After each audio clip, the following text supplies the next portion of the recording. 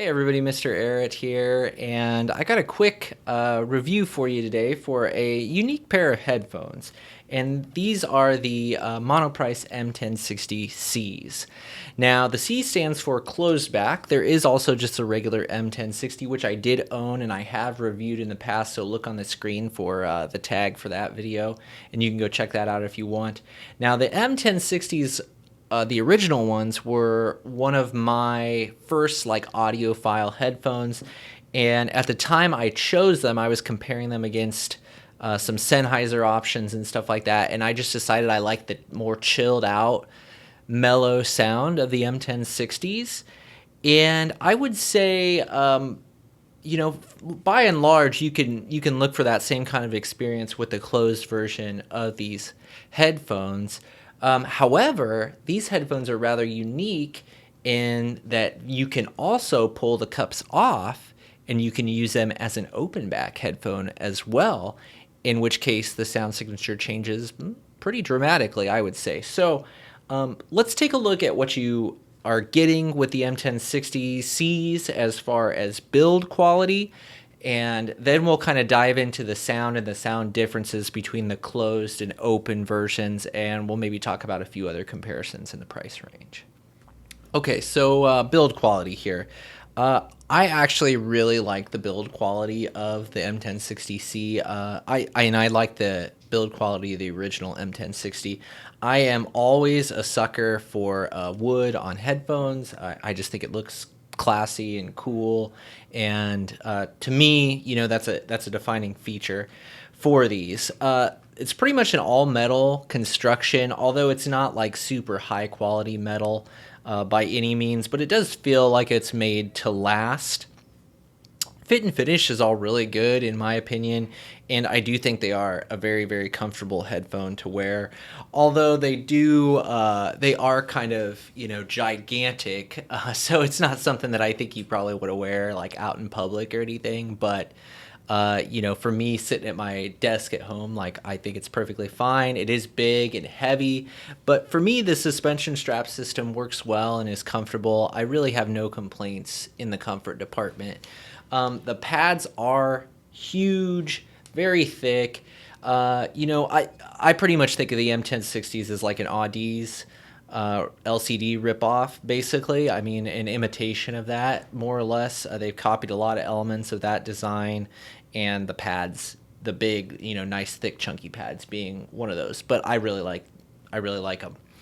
Yeah, the cable, nothing too notable for the cable. It splits and terminates into 2.5 millimeter connectors. That's totally cool. Easy to find replacement cables for in any type or thing you want.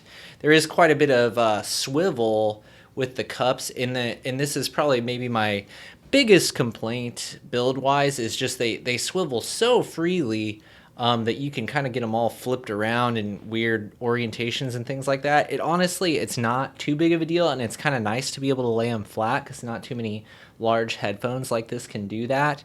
But it can also be a little wonky too in that regard. Let me just pop these on here and give you a side to side, and you can kind of see the differences between open versus closed and what they look like. I mean, it's dependent there, and there's a whole bunch of different grills that you can get for these, or you could even make your own if you have access to like a laser cutter or maybe a 3D printer or something like that. Or if you're just really good with woodworking. But yeah, so you see the normal closed back setup here, and then the open back version with the carbon fiber.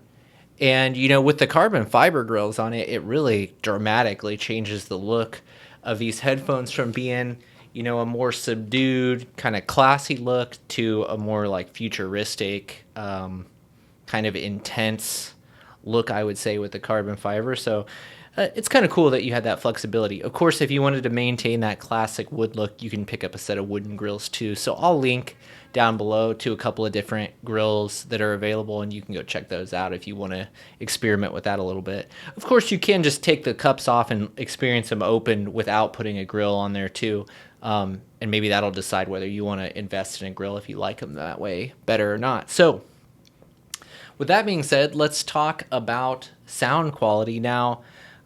When they are closed, like I said before, I feel like they are pretty similar to the old M1060s. Bass is very, very nice, textured, detailed, has an adequate amount of punch, but it's definitely not overbearing at all. I certainly think that it's a more vocal-centered presentation when they are closed.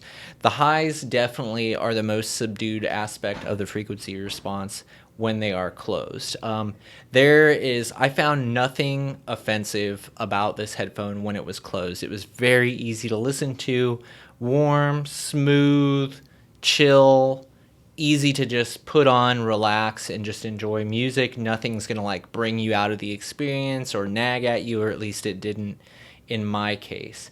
The trade-off of that is you are sacrificing some detail to get a sound signature like that. So it's certainly not on the detail level of like the Sennheiser 560S, which I just reviewed, and I'll put that tag up here on the screen as well. So, if you're looking for something hyper detailed in the $200 range, the 560S is an easy sell in that regard.